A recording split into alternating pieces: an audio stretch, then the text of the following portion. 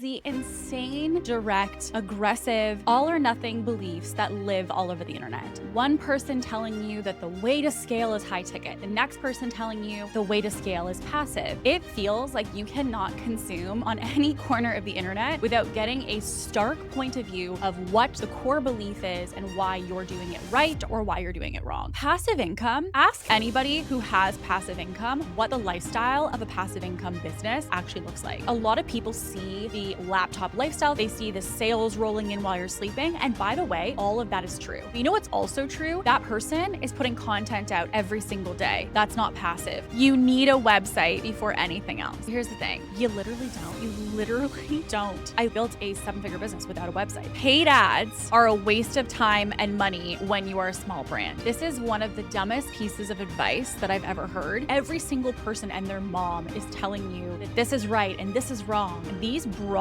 phrases that people put out are great clickbait. They are great, spicy, agitational, making you go, oh my gosh, okay, and feeling shame that you have to do something differently. Go in and have discernment to say, does that make sense? Be a critical thinker. And the big, bold statements, to put it bluntly, are great for marketing, but they're not great for your mindset as a business owner. Hello, and welcome back to Ambitious. Today, we're talking about something that I feel like you can't get away from, which is the insane, direct, aggressive, all or nothing beliefs that live all over the internet.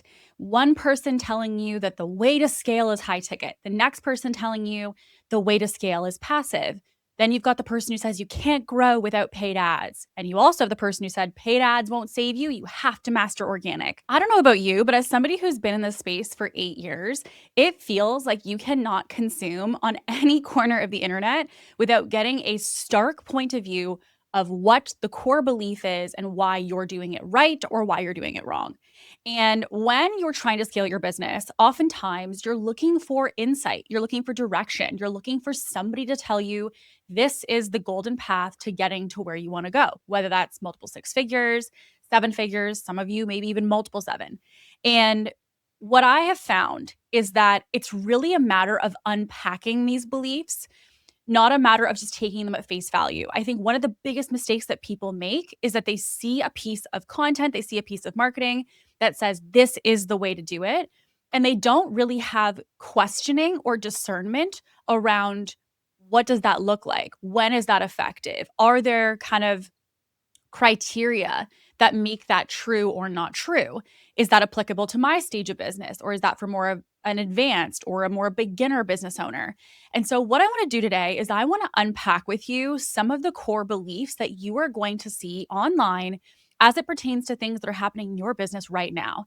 And what I'm going to do is I'm going to unpack a lot of the core beliefs that I really disagree with, but not just to say I disagree and I want to argue with this, but to actually give you understanding and context and evidence as to why I believe that that belief is really against what helps you in scaling.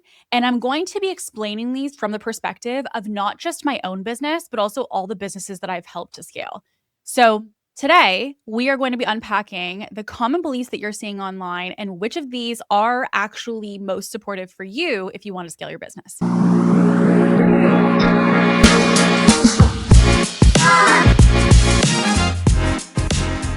So to keep things organized today, I have broken these down into a couple core different categories, okay? We're going to talk about content and marketing, money and pricing, product suite and offers, as well as your mindset and quote unquote hustle culture, strategy, as well as customers and sales and productivity. So we're going to be kind of like all over the map today, okay? We're going to run through them and they're going to be mixed and matched. The first one that I want to talk about is the idea of your personal brand is your business. Now, this is one that I feel like is becoming more and more relevant in today's marketing and today's branding. And that's because you are probably going to see that there is a rise of founder-led marketing, meaning that there are founders that literally have been behind the curtain forever and now are coming to the forward of all the marketing and the branding. We even just saw most recently the CEO of Pepsi put out a posting to hire a content lead to help him to build a personal brand. And with this, that posting went for, I think, like a $300,000 a year salary. And so with that, this is something a lot of businesses and a lot of brands are really prioritizing. Now, here's the thing that everyone asks is like, do I have to have a personal brand? And if I'm going to be honest, no. Like, I think it would be silly to say that you have to have a personal brand. I do think that there's leverage in the current market of having a personal brand, especially because of AI. AI has basically allowed us to not really know what's a machine, what's real, what's authentic. And so, what's happening is with basically this one teeter totter of, the one side of the scale that's really skyrocketing in automation and speed and mass production and machines, it has actually tipped the scale for the vulnerability and the raw and the personal in the other direction. Meaning, so many of us want to know that something is real. We want to consume things that are real. And so I do think personal branding is something that, as a result of that shift, is going to be very relevant and is going to be something a lot of people desire to consume from. But I think it's important to recognize that you don't have to have a personal brand. It's not like if you don't have one, you cannot grow a business. There's many successful businesses in today's market that do not stem from personal brands. Now, the thing is, with the personal brand as well, this motto of your personal brand is your business. One of the things we also need to have a conversation around is, what does that mean? Because your personal brand can fuel the business, but it also is important to say, okay, well, does that mean that being a personal brand means you have to live online 24/7? No. And this is also something I think maybe you have jumbled as a understanding of personal brand, meaning if I have a personal brand, it means I'm going to be living on Instagram and living on TikTok and constantly making content. Yes, you're going to be making content, but that also doesn't mean that because you're the face of the marketing or you're the face of the brand, that you're sitting and doing all of it manually yourself. One of the most successful things that a lot of scaling businesses do is they look to leverage the person who is the brand, and they create systems and team and supports and structures behind the scenes so that that individual who maybe doesn't love being on social media or doesn't want to be on social media 24/7 because they're running a business, they're running a company, they have people behind the scenes who help them with creation. Like, even myself, I am sitting here recording this podcast, and this will go to an incredible woman who will edit this podcast, and it is scripted and outlined as topics and titles and show notes and all of that goodness by someone else. And obviously, I collaborate with ideas. I sit here and film, but I don't put the social clips out. I don't write the show notes myself. I don't design the thumbnails personally. Like, there's a lot of pieces that if I had to do those things, full transparency, if I had to do it all, I don't think I would be a personal brand. Part of the reason that I feel I'm able to do this as a podcast or even on social, I am in the strategy meeting and I'm also, hey, here's the videos we need you to film. Great, film, send that back, and they put the rest through. The designer does the design, copywriter does the copy. It really is a system that is designed to support me in having a personal brand. So if you think, well, if I have a personal brand, it means I'm going to live on the internet. No, it actually more than anything means that you're going to be someone who is, yes, the face of the company, but it doesn't mean you have to live as the sole source of its business. Now, another one that you'll hear is charge your worth. I never understood this idea of like charge your worth, because I think it's also in business, depending on what stage you're at, sometimes you're questioning your worth. Like, think about it at the beginning of your business. You had somebody who would come to you for a certain price, and you're like, oh my God, can I charge that? Can I charge that? Now, probably if you look at those prices, you're like, I can't even believe that I ever charged less than I'm charging right now. And that's because at the time you didn't really know your worth. You didn't know what your potential for an investment was, what your potential for charging was. And so I think there is this piece of, we sometimes don't have full embodiment of our worth. So the idea of charge your worth, I think sometimes assumes that you're in this like really, really positive place around knowing your worth, knowing that number, and then obviously being able to ask for it. Another issue that I have with charge your worth is that charge your worth doesn't mean that your pricing is profitable. It doesn't mean that you run your expenses or your cost of your pricing. The thing I don't love with charge your worth is it feels like a very non-tangible, non-strategic thing to say, yeah, throw this number out of what feels aligned for you or what feels like it lands for you. And I just don't resonate with it because I think that it lacks strategy on a very deep level. What, for example, is the reference point of what your competitors are charging? I don't want you to match your competitor pricing, but I want you to know what your consumer is looking at in your brand tier or like in your market when it comes to your offer. What are the expenses to run your program? What are the expenses to run your offer? What is the profit margin that you want to have on that? Like if you think about a different industry, if you're going to create a candle company, you're not going to be like, well, what do we feel we want to charge for this candle? At the end of the day, when someone goes to buy a candle, if you go to a Home Goods or, for us, it's called Winners or a Home Sense, a place that sells candles, you are going to see a lineup of candles and they're all going to be within a certain price tag of each other. So, what that means is if you are on a shelf and every other candle on that shelf is, let's just say, $39.99 or $29.99, and you sit there and you're $65 for the same size candle, but you're not in a luxury store. You're still at the TJ Maxx on the counter as all the $39.99. You've just basically automatically, by not understanding your market, not understanding your brand, you've basically removed all business you're going to get. Now, if you're that candle and you are a $120 candle, but you're at a luxury store, that's a different thing because it means you've understood the strategy of your pricing.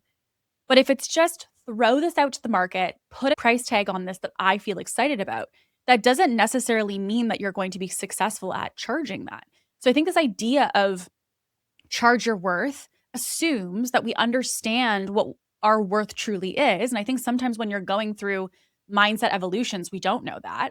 And second, I think it really removes this need for people to look at the strategic pricing. And sometimes it gets people to charge their worth. Let's say it's $2,000 a month for your service. Well, that might have been what you believed your worth to be. But what if the market fully can tell you that the worth of what you're offering, the value of what you're offering, is actually closer to a $3,500 or a $4,000 a month value? So this idea of charge your worth to me is really difficult because I feel like it's way too abstract, it's way too non-tangible for me. Digital products are passive income, or passive income is key. So like when people say you need a course, you need passive income. Okay, so here's the thing that I need to be so freaking direct about because I genuinely can't stand one more conversation where someone's like, I want passive income. I want passive income. Here's the thing. Passive income, ask anybody who has passive income what the lifestyle of a passive income business actually looks like. Because one of the things that I know is that a lot of people see the laptop lifestyle of passive income, they see the sales rolling in while you're sleeping. And by the way, all of that is true. But you know what's also true? That person is putting content out every single day. That's not passive. Second, they're also having to fund and pay for paid advertising. That's not just sit back, they're doing nothing. They also are people who have VAs or OBMs or admin that are monitoring and building out the back end of their programs and answering client inquiries, dealing with the tech situations that happen. They have a team that is assisting them in sitting on the beach with those notifications coming in. So, one of the things that boggles my mind is when someone's like, well, I just want passive income.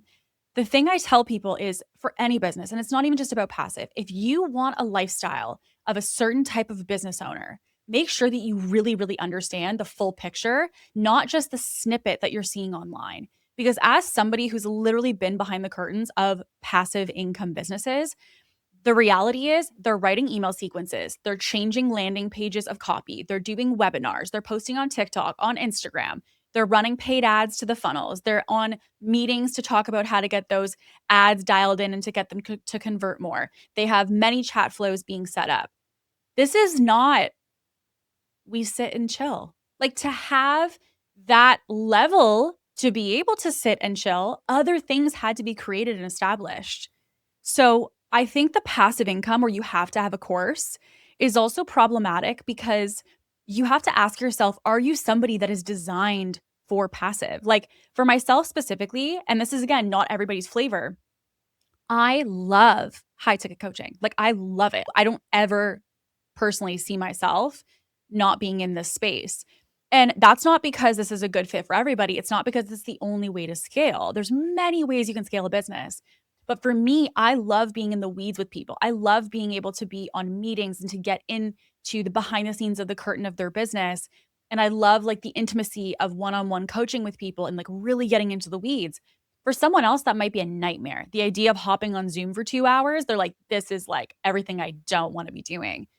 That's fair. But I think it's important for us to recognize that if you want to have a passive business, ask yourself, are you really the person who sees yourself not interacting with clients, not being in a Slack channel, not being on Zoom, not being in coaching, not being in the service? And if you're like, oh my God, that's a dream to me, amazing. Maybe passive is for you. But also, if you feel like you are seeing people with courses and digital sales and passive sales happening in their business, and you're like, oh my God, like I don't have that. Maybe I'm supposed to have that. That may not be the business that aligns with you. And there's nothing wrong with that. It just means that you're choosing a different style of how you want to grow. So the other is you have to love what you do or you'll burn out. Or the other way that you'll hear this phrased is do what you love, like monetize what you love. This is nuanced. I love chocolate. I don't need to make a chocolate bar, right? Like, I think it's important that we understand that just because you love something doesn't mean it has to become a business. On the contrast, you can love what you do and still find that something is hard work, meaning there's going to be moments that even when you truly love your job, that you're going to have a hard day. We're like, I don't want to do this. I don't love writing emails, but my business needs me to write the email. It doesn't mean you don't love your business. It doesn't mean you don't love what you do. I think what we've had is this like really glorified picture given to us that everything in a business is sunshine, rainbows, and like, oh my God, this is everything that I would ever want. There are ideally 90% of those things happening in your business. You should like what you're doing. You should have fun with what you're doing. You should feel excited about what you're building because you are the driver of it. But I think that that also sometimes has people feeling like something's wrong if they're having a season or they're having a strategy or they're having something in their business that they're being asked to do that they're not like sunshine and rainbows about. So, for example, myself, I don't like filming short form content. If I didn't have to make any for the rest of my life, I would be set. I am so not a short form creator naturally. It's not something that I love. I love doing this podcast. I love recording these and sharing this information with you. And I think that's because I get to spend an hour with you. But when I'm being told to, hey, make a 60-second video, that is like literally my worst nightmare. I hate it. But here's reality. My business, for the impact that I want to have, for the change that we want to create, for the people that we want to influence, that is something that requires me to make short form content, whether I like it or not. So the thing that I look at is that sometimes, even in a business that I love, that I'm excited by, and that I'm lit up about, I don't necessarily have to be in complete love with every single thing, because the reality is at some point, even for something you love, it's work. And I think about it like an Olympian. You can love to be a gymnast and you can feel like this is my purpose. This is why I'm here. And still feel sometimes like not going into the gym to go practice or to meet your coach. That doesn't mean you're not loving what you're doing and you should change your sport or quit the sport. It just simply means that you're feeling like it's work today, and that's okay. So I think this idea of like, do what you love, or you have to love what you do or you'll burn out, it's nuanced. And I think without the nuance, sometimes it leads people to shame, which is to feel that something's wrong if they're not always high vibe. And also that if it feels like work, it's not aligned for you, which I actually just so don't agree with, because I think at some point, everything of purpose becomes work. Think about if you're a mom and how much you love your kids and you love those kids to pieces. They're your world. They're a lot of work. You love them pieces and, comma, they're a lot of work. So the same thing is true when it comes to business. You can be obsessed with your business, invigorated by your business, just completely lit up by it. And it also at times feel like work. So I don't love this idea of because you feel that something is work, that it means you're not aligned in some way. I don't resonate with that. You need a funnel. Okay. This idea of funnels. First of all, I want to we're going to take 30 seconds, okay? I want you to ask yourself 30 seconds, what do you think a funnel is? Now, if your brain's going to like sales pages, email sequences, countdown timers, webinars, all of that, you would be right. But what I also want to let you know would also be right is that a funnel is, in simple English, a series of events that take someone from discovery of you through steps to have them take a desired action that you want them to take inside of your business. That's it. That is a funnel. So when we hear this idea of like everybody needs funnels, yeah, technically in a business, everybody does need a way for people to discover them, to take a step of some kind toward desired action or outcome that you're looking for, which for most of us is sales. But the thing that I think is important is that we add, what does that funnel need to look like? This idea of like there's this one funnel that everybody needs, i.e., like everybody has to have a webinar. Not necessarily. Webinars may not be the thing that makes sense for your business. So don't do a webinar. Maybe you want to do a quiz funnel. Maybe that makes sense to have a quiz that leads into an email sequence that upsells into your offer. We have that for clients. That, again, none of them have webinars. They have quiz funnels instead. Thinking about this idea of like you need a funnel, what that basically means as a business is that you need to have a series of events that your ideal customer takes in having the desired outcome you want them to take with you. That's it. So I think this idea of like complex funnels, like you need a passive funnel, you need a low ticket funnel, you need a webinar funnel, you need a quiz funnel. I want to give you a permission slip right now that funnels are just, again, a series of events to an outcome. So what flavor you use is entirely up to you and really truthfully rooted in your business strategy and what it is that you're looking to generate. The reality is that not every single person needs the exact same funnel. It depends on, is the series of events going to be someone from an ad that will be very different as a funnel than if it's someone from social toward the outcome that you want, because they're a lot warmer. There's a lot of nuances to this. So when someone's like, you need this funnel, I want you to ask yourself some critical questions around that, because sometimes that doesn't actually always make sense for you. Now, okay, I know some people are going to get mad at me for this one. Okay, you need a website before anything else. So here's the thing. You literally don't. You literally don't. And I want you to think about it like this. Your website's intention is in itself, speaking of funnels, your website's goal is to have someone take a series of events to nurture to work with you. I know people in this current moment right now that are doing on average $20 million cash per year, and they don't have a website. So this idea that you have to have a website today is not necessarily true, because there is a lot of ways to make sales without a website. So if you're someone who feels like, oh my God, like if I just get a website, there is not just necessarily this magic wand that just because you get a website, all of a sudden sales start showing up. So if you're thinking that that's going to happen, I'm letting you know now, you're going to want to be aware that that's not necessarily just like a flick of a switch. I have a website, so therefore sales come in now. One of the things that I think is important to recognize, though, is especially in today's day and age, there are some leverage points to having a website. A website is a place, yes, to consolidate paid ads. It can have warm traffic go to it. So it is a place to kind of have people land, for sure. It is a place for people to learn about your offers. Sure. It's a place to showcase social proof, but also all of that can be housed in different places. That could also be said to be true for a YouTube channel, for Instagram, for TikTok, for your email sequence. There's many ways you can still get those outcomes. The thing that I think is now starting to happen, which hasn't been the narrative for a while, but I think is going to start to become a little bit more relevant now, is that there is the reality that AI is basically scrubbing the internet to determine if you are somebody that they deem credible. So as a side note, you can actually right now for free online, you can search up your AI score, which in simple terms basically tells you what is your AI footprint, meaning on the internet right now, from what you've created and published, what is the space that you have really carved out for yourself online in AI's eyes.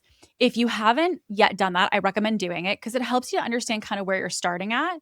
And one of the things that a website can do is it does allow you a lot of opportunity to feed that AI machine with messaging, links to other places that house your credibility or your authority.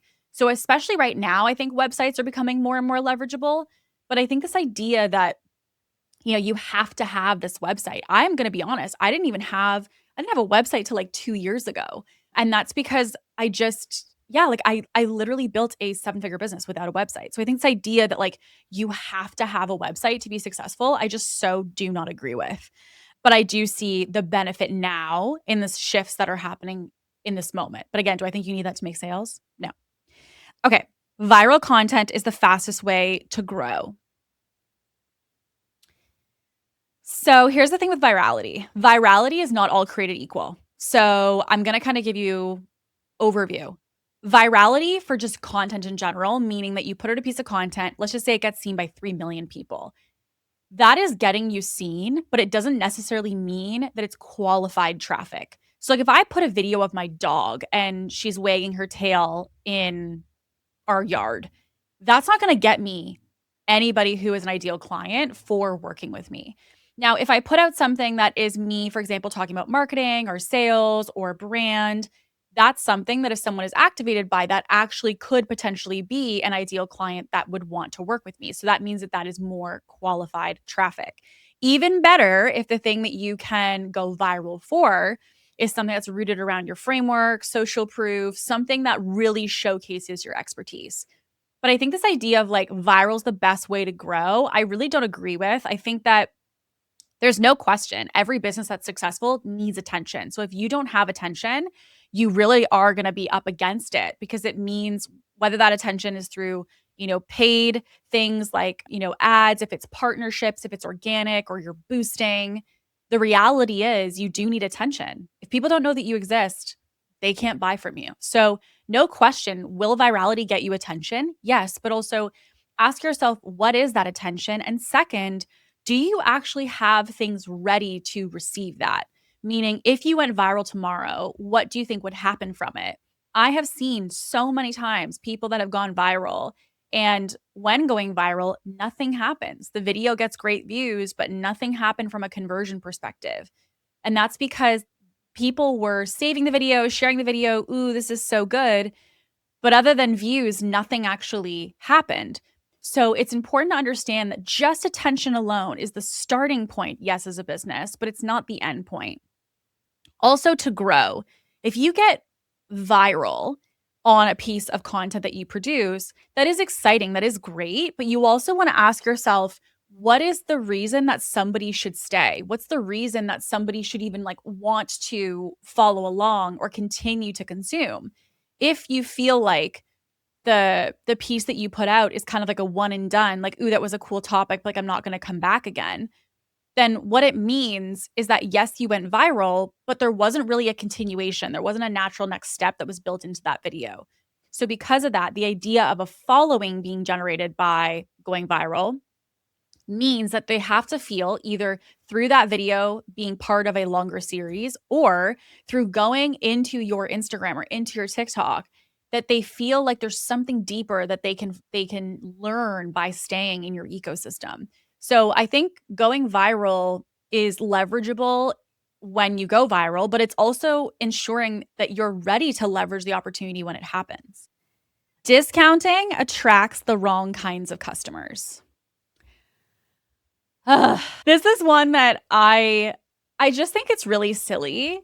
I have bought from stores before that have discounted. Like, for example, the other day I was at a store and I saw this really, really cute like wrap sweater thing, and it was on sale and it was crazy. It was literally on clearance, and it I think started at like 110 and it was like $30. And I was like, "What? Like this is crazy." So I was like, "Okay, great, buying that." So I remember getting it and being like, "Great." I don't even know if I would have maybe like ever come over here before, but then I come by this and I'm like, "Wow, it's great. That's awesome." And now I'm like, I can go back and see other things on sale next time I go to see what's on this rack, because that's something that I probably would have bought potentially at full price because it was a great piece. So here's what I realized.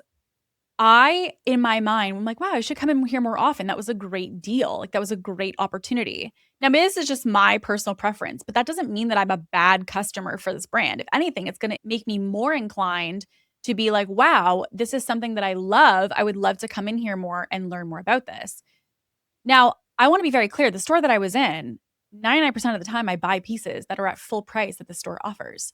So, one of the things that I think is kind of silly is to say that people who like a discount are not the customer that you want.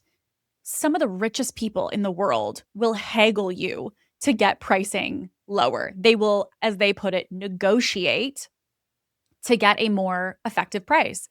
If you think that some of the wealthiest people in the world are not coming back with counter pricing offers, they are. So this idea of like discounting, maybe if you think about as an online business, like putting like half off of blah, blah, blah.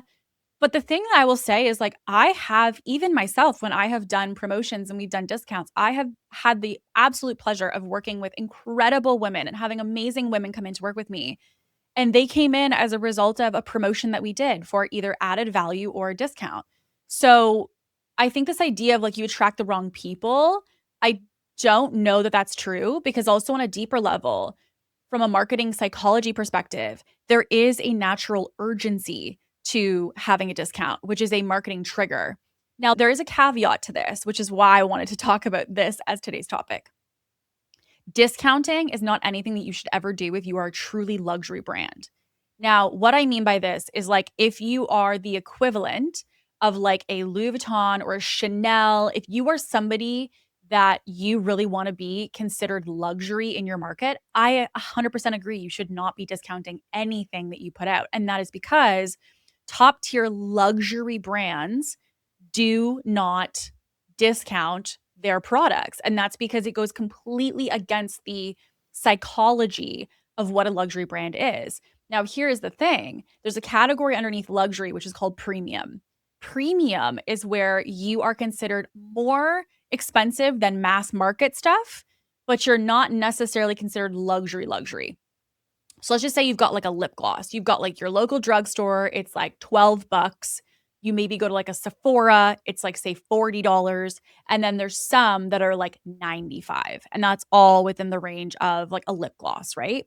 Now, if you're at like a Sephora, for example, it could not even necessarily be a discount, but it can also be bonus. Like if you buy this, you get this included as part of this package. We're doing a discount on our package of 3 lip glosses this week. There are ways to leverage promotions as a premium or a mass market brand. I would say that my line in the sand would be if you are truly a luxury brand, truly somebody that considers themselves to be at the top tier of your market, pricing wise, offer wise, then yes, there definitely is some validity to say you shouldn't be doing discounts. But I have found that, again, luxury is not typically most of the market. It's a subsection of the market. It's a small percentage. Around 10% of the market is going to be considered luxury compared to the rest.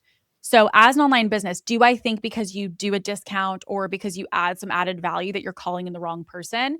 No, I don't think that there's necessarily validity to that. Okay, so here's the thing, batch your content. If people are telling you that you can't do content without batching, I'm going to just put it point blank, it's BS. And that's because that assumes that you're somebody who thrives off of batching. I don't know about you, but if you have ever talked to a peer, maybe to a mentor, someone in your community, you know just as much as I that there are so many entrepreneurs who have ADHD. It's part of why I feel like also there's so many successful entrepreneurs. But part of that is that when people have ADHD, the idea of tackling 50 things versus a daily deposit of 2 things is going to feel very overwhelming versus manageable. So, this idea that you have to batch content, I just simply don't agree with. And I think that's because it assumes that everybody operates the same way.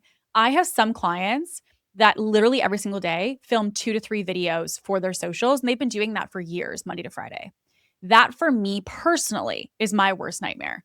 But what I think is the real, to me, question or the opportunity for reflection is to say, what does the structure of your content creation need to be when it comes to any marketing that you're doing in order for you to do it consistently and in order for you to do it effectively? One of the things that I know is like I do batch this podcast. I will have sometimes a day where I do 2, I sometimes in a week will do 6 of them, and then I take a break.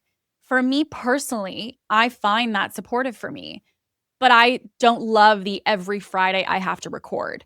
Now, On the contrast, though, when it comes to short form content, I am also someone who doesn't mind doing a couple of them at a time because I find if someone gives me a list of go film these 30 videos, I did that actually to try it last week. And I was like, I am dragging butt here because I was just, this isn't my style. This isn't kind of my way of natural operating.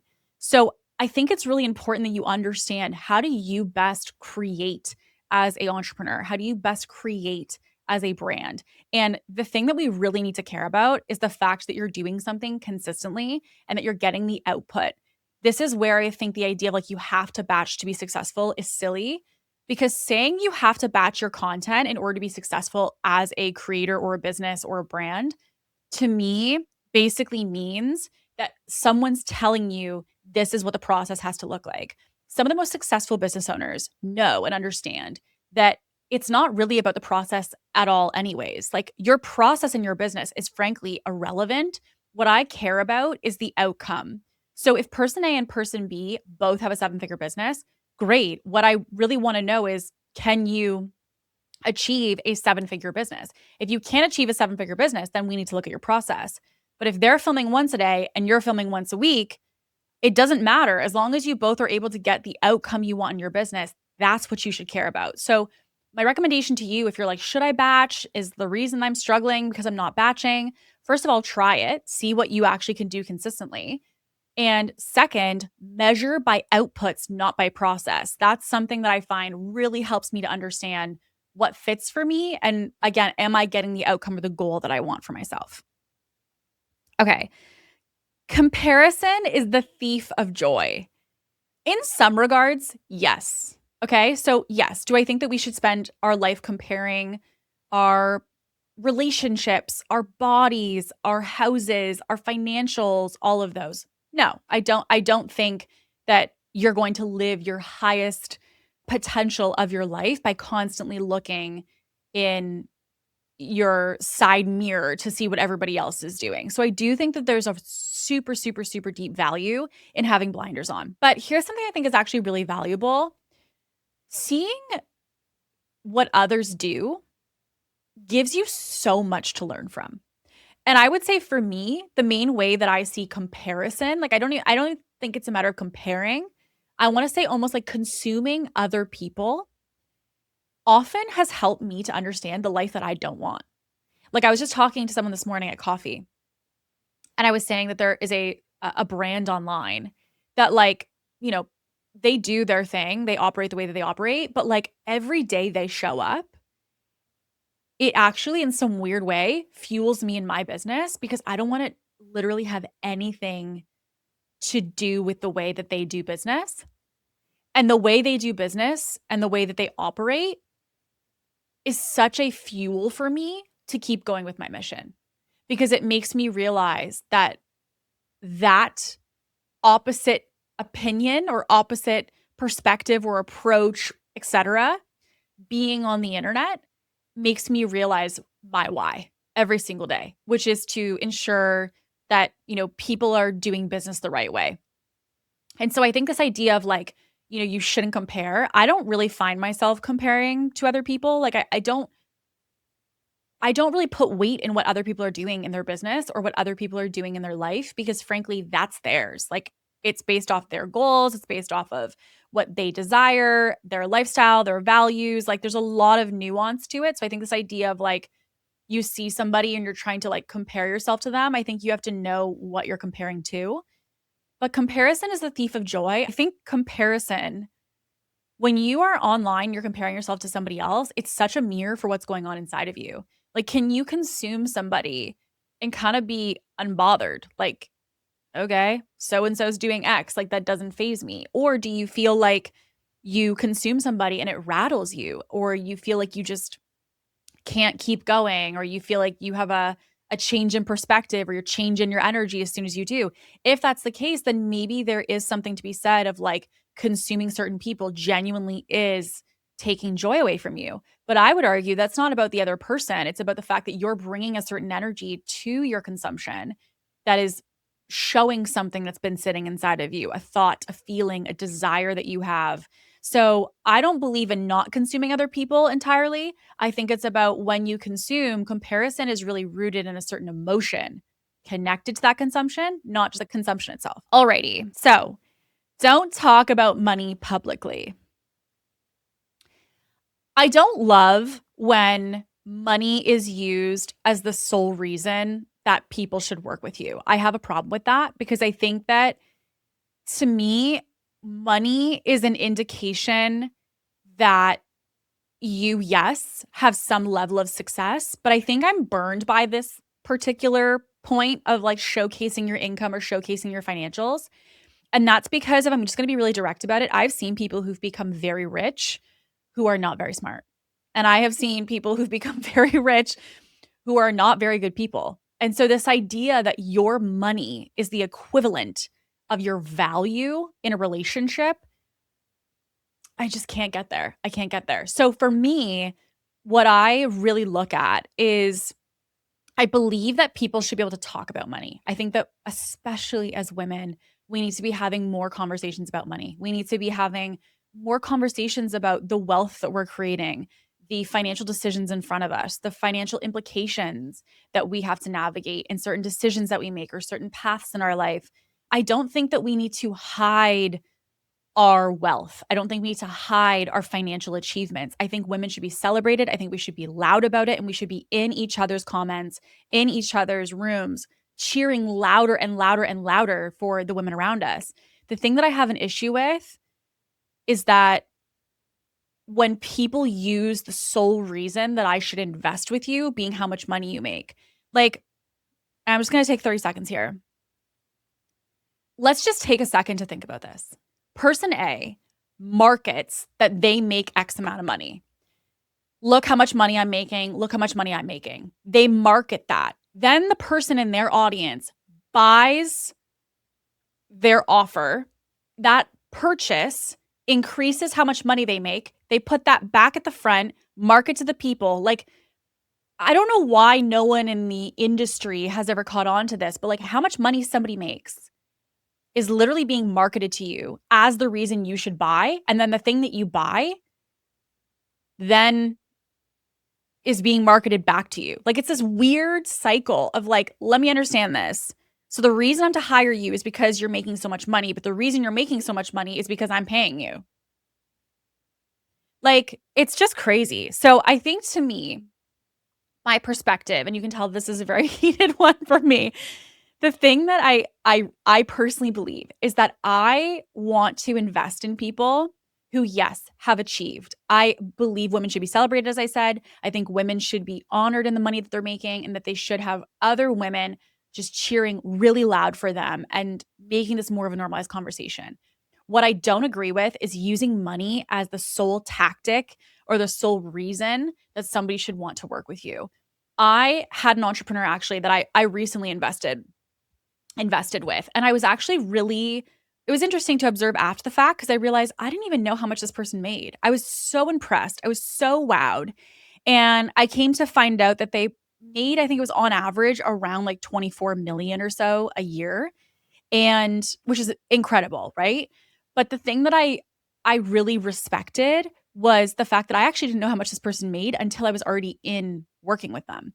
So the thing that I really loved about that is that they led with value. They led with there being this really clear understanding of what they could do for you, how they would support you, how they would impact you. And that was the center of why you should work with them, why you should invest with them. Here's what I say to people. If you couldn't share how much money you make online, would people still work with you? Would they still find what you're doing, the impact you're creating, the insights you give, the information you provide valuable enough to work with you?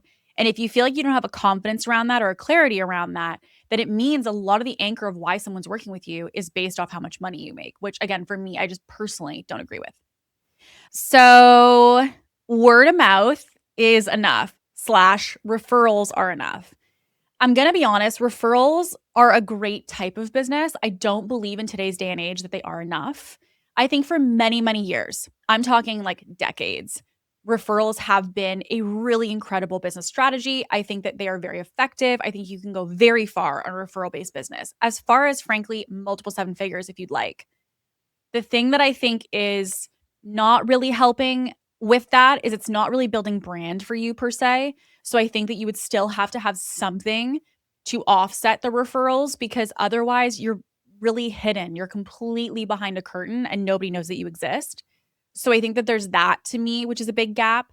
The other thing is too, kind of like I was mentioning with AI is using someone's digital footprint now and what they're seeing and where they're noted to be associated with to help to recommend you as a brand that somebody should look at. So if someone's searching online, let's say in like ChatGPT or Claude, and they're searching for something when it comes to your business and what it is that you do, you will not come up if you don't have a online footprint to really feed AI and tell it that you exist. So I think this idea of like, yes, you can definitely be heavy referral based, but also with referrals, something to keep in mind. Referrals are really great if you feel like the referrals you're getting are qualified clients. So like if I get, let's just say Sarah, and let's just say for today's analogy, Sarah is the color blue, but I really want to work with a client who's a color green. If I work with Sarah and Sarah loves my process and I kind of accommodate it by taking Sarah, Sarah is going to refer other people who are also blue. If I want to work with people who are green, that doesn't help me. So, one of the things that is really important when it comes to referrals is also to ensure that you're never taking clients or accommodating to take a client that's not really a truly good fit, because it means then you're taking on a client that's going to refer you more clients of a client that you don't want. So, I also see this with people who take on clients that are at certain investment levels. This person invested with me and their retainer, let's just say, was $1,500 a month, but I really want to work with clients that pay me $4,000 a month. Okay, well, that's great, but this person is going to literally send back more people at $1,500 because that's what they're investing with you. So I just don't love the lack of control with referrals. I think that referrals, again, are basically using your existing clients as your marketing channel and your sales channel. And there's definitely leverage to that. Like, don't get me wrong, I don't want to minimize referrals. Like, it is a great way to scale your business. I don't believe that it should be your sole way of scaling your business. And I would say if you're at this place in 2026 where referrals have been a really heavy basis for your business, it's a great testament that you're great at what you do. It's an incredible showcase that people clearly love working with you, love your process, love your product. However, if you were to continue as an only referral-based business without thinking of some of these other pieces of AI, marketing, brand, etc., you will be doing yourself a big detriment in the next year to 5 years. And that's because it will help you today. I'm not saying your business is going to go under tomorrow, but I think if you don't make some changes, you are going to see a pretty drastic change in your business in the coming years. Okay, you need testimonials and social proof before selling. No, you actually don't need proof before you sell something, because the reality is proof, that assumes that the proof has to come from your clients. Proof can also be in other parts of the industry.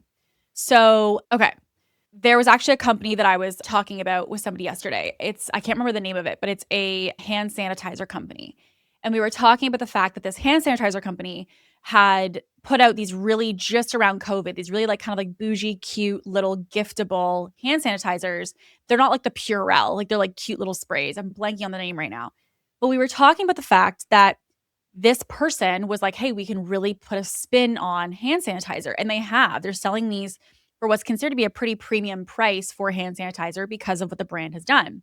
So one of the things that you'll note is like they're not going to need to prove their process. They're not proving their product. What they did is they created basically like a story and a brand around why this was a need. So they used other things that were already in the market to showcase the proof of why this was something that people need. For example, none of us are questioning whether we need to learn AI because we're bombarded every day with why AI is going to be the thing that takes out our business. It's the thing that you have to learn so you're not behind, etc. So, one of the things that I think is important is to recognize that you don't have to have internal proof. You can also borrow proof, proof from industries, proof from statistics, proof from other people. So, like, say you want to talk about selling a specific offer. Maybe it is something AI related. You could literally take every article online of AI to showcase why is this something that people need and really use that as something to explain why your product is required for people to get the outcome that they want. So, something that I think is important with proof is that you can borrow authority and you can also yourself be an embodiment of your proof. I actually think about Alex Earle, which you might be familiar with. She came out with a skincare line. She didn't have before and afters of all these other people who had used her product. Her before and after literally was herself. She used herself as a proof of her process to showcase where she was and where she is now when it comes to her skin, to then plug her skincare, and talks about the fact she'd been using it for months, if not a year leading up to this before she launched it. So she was her case study. So your own story, in many instances, before you ever have client proof, you can be the case study of proof for your product. Or you can have someone who, again, you've given this to be the proof of your product. But I think this idea that like you can't sell anything before you've had customers who've used it, everything at some point has to be first to market. So I don't really believe that you have to have social proof in order to sell. Social proof can be done in a variety of different ways. It doesn't necessarily have to be from your customers. Okay, morning routines are the key to success, especially if it's a 5 a.m. morning routine. Okay. So here's the thing. Some of the most successful entrepreneurs that I work with do have a dialed morning routine. They get up at the same time every day. They have the same morning routine that they do. They work out at the same place. They do the exact same thing time after time after time. That definitely does happen. That definitely is true. The thing that I also want to say is there's also people that I know who literally get up, they shower, they have a coffee, they sit down at their desk. There's no meditation, there's no ice bath, there's no journaling, there's no tapping, there's no grounding exercise, there's no stretching, there's none of these other extra things. They have a very simple morning routine. They get up. I have a client right now that I'm thinking of, literally told me they get up, they don't set an alarm because they're like, my body gets me up at basically the same time every single week. They don't set an alarm. They get up, they have their coffee, they do a couple emails, and then they dive into deep work, and that's it. They're like, conversation over, done. Like, there's not this big, long morning routine. I don't think that you need to have some crazy complex morning routine. What I do think is the caveat to this is that you do need a routine that sets you up for your day, whatever that is for you. If yours is 5 minutes, awesome. If it's 50 minutes, if it's 2 hours, if it's 3 hours, great. Like, do what's good for you. But I think this idea that like your morning has to look a specific way if you're going to be successful, it's really prescriptive in the sense of that people are really telling you like it has to look like this. I don't think it has to look a certain way, but I do think that it has to, again, kind of back to my principle of like, it's about the output, not the process itself. We have to look at, are you getting the outcome that you want? Are you getting the output that you want? And if you're not getting the results that you want in your day or in your business, it could definitely be reason to say, okay, maybe my morning is not setting me up for success here. Maybe I do need to kind of approach this differently. And I think morning routines can be a really fantastic tool to support people, but they also can be at times delaying so much of your day when maybe you are one of those people who needs to get up, get ready, get a coffee, and start working. And I don't think there's anything necessarily wrong with that. Okay. Outsource everything that is not your zone of genius. Yes and no. One of the biggest mistakes that scaling business owners make is that you may be outsourcing things that you don't understand. And I think that's a huge problem as a business owner, because just because something's not your zone of genius doesn't mean that you can just hand it off to whoever and like, let's hope for the best this does something for us. Something that I think is problematic is assuming that because you just delegate it, that it's handled. One of the things that I think is really, really important is that anything that you ever delegate inside of your business needs to be something that you already have a base level of understanding around. Like if you're going to hire someone to do your ads for your business, make sure you have a general understanding of how ads work and how to determine success. What does the data mean? What do the terminology mean? Like you need to have a base level understanding because you can't go in and be like, well, it's not my zone of genius, so I'm delegating it. Yes, you can delegate someone to execute on it, but this idea that you don't have to learn it, you're just going to hire someone to do it is one of the fastest ways to get taken advantage of in your business. The most successful people that I work with who scale are not people who are doing everything, to be very clear. They're not someone who's like, oh, I have to do it all. They're people who, yes, are hiring and they are getting people to help them. But when they do that, they're going in with a base level of understanding of the thing that they're delegating. So I don't think just like blind delegation, this is not my zone of genius, I'm giving this away, is smart. And I think also, too, just because something is your zone of genius also doesn't mean that you should be doing it. And I know that for some people is stretchy, but I think this idea of like, just because you're good at something means that you should do it. I'm good at a lot of things that are not what I need to do. Like I'm good, for example, at designing things. I don't need to be doing design in my business. Like that's not something that really is leverageable for me to be doing. So I think there's two sides to this, which is just because something's not your zone of genius doesn't mean you should give it away to somebody without knowing it. Second, just because something is your zone of genius doesn't mean you should be doing it. So this idea of like delegate whatever is not your zone of genius, I think is again a very broad belief that doesn't really acknowledge the nuances underneath it. Okay, we're going to finish with this one because it's a good one. Paid ads are a waste of time and money when you are a small brand. This is one of the dumbest pieces of advice that I've ever heard. And I'm going to break this down for you in like 60 seconds because it is the easiest thing to understand. Businesses need attention. If you are a brand new business, nobody knows that you exist. Posting on social media, yes, is going to compound over time. It can sometimes get you some results for sure in the first 30 days of launching a business.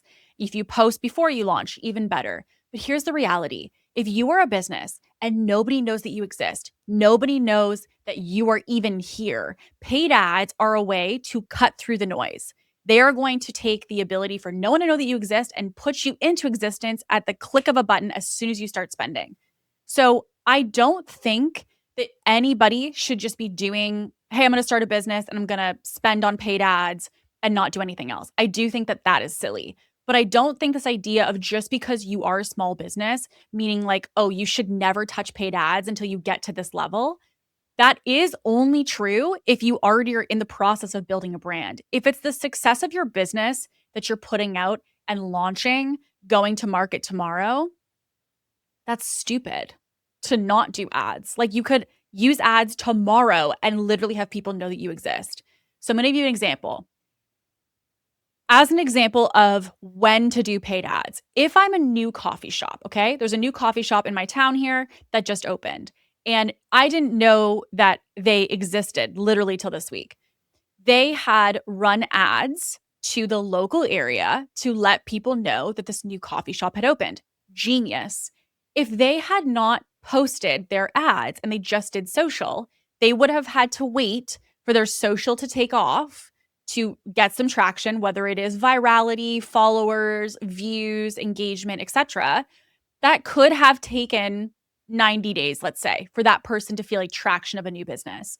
Now, does a coffee shop who's paying rent, paying for product that's sitting on the shelves, paying for things in their fridge, want to sit and wait 90 days to get people in the coffee shop? No. They want to have people who are becoming aware of this every single day from the moment they open the doors. So, could they do marketing before they open? Sure. But the reality is there definitely are situations and circumstances that make sense to do ads. Now, I have talked about before the fact that I think a lot of scaling businesses are going to ads as a this or that mentality. And that's where people get stuck. If you're doing ads because you're like, I'm going to do ads and never touch organic, you can do that. But the first thing you want to recognize is when someone sees your ad, if you've seen an ad recently, what's the first thing you think? Oh, well, let me go make sure this person's legit. They're going to go to your social to check you out, to see who you are and validate you as a person and as a brand. Now, on the contrast, if you're just doing organic, that's also problematic because it means that at a certain point, you're going to get capped in the exposure, the visibility that you have. And if you added a little bit of ads, you could go to a very targeted audience and retarget people who are consuming your organic social media.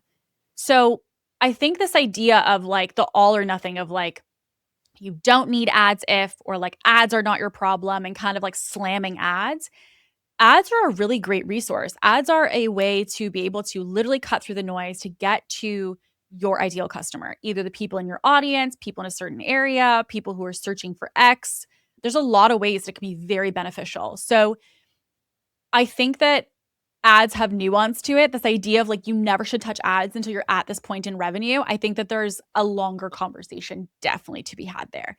The reality is, what I want you to know is that there is so much information on the internet. Every single person and their mom is telling you that this is right and this is wrong. And why I wanted to talk about this today is so that you understand that these broad, phrases or these broad terms that people put out are great clickbait. They are great, spicy, agitational, making you go, "Oh my gosh, okay," and feeling shame that you have to do something differently.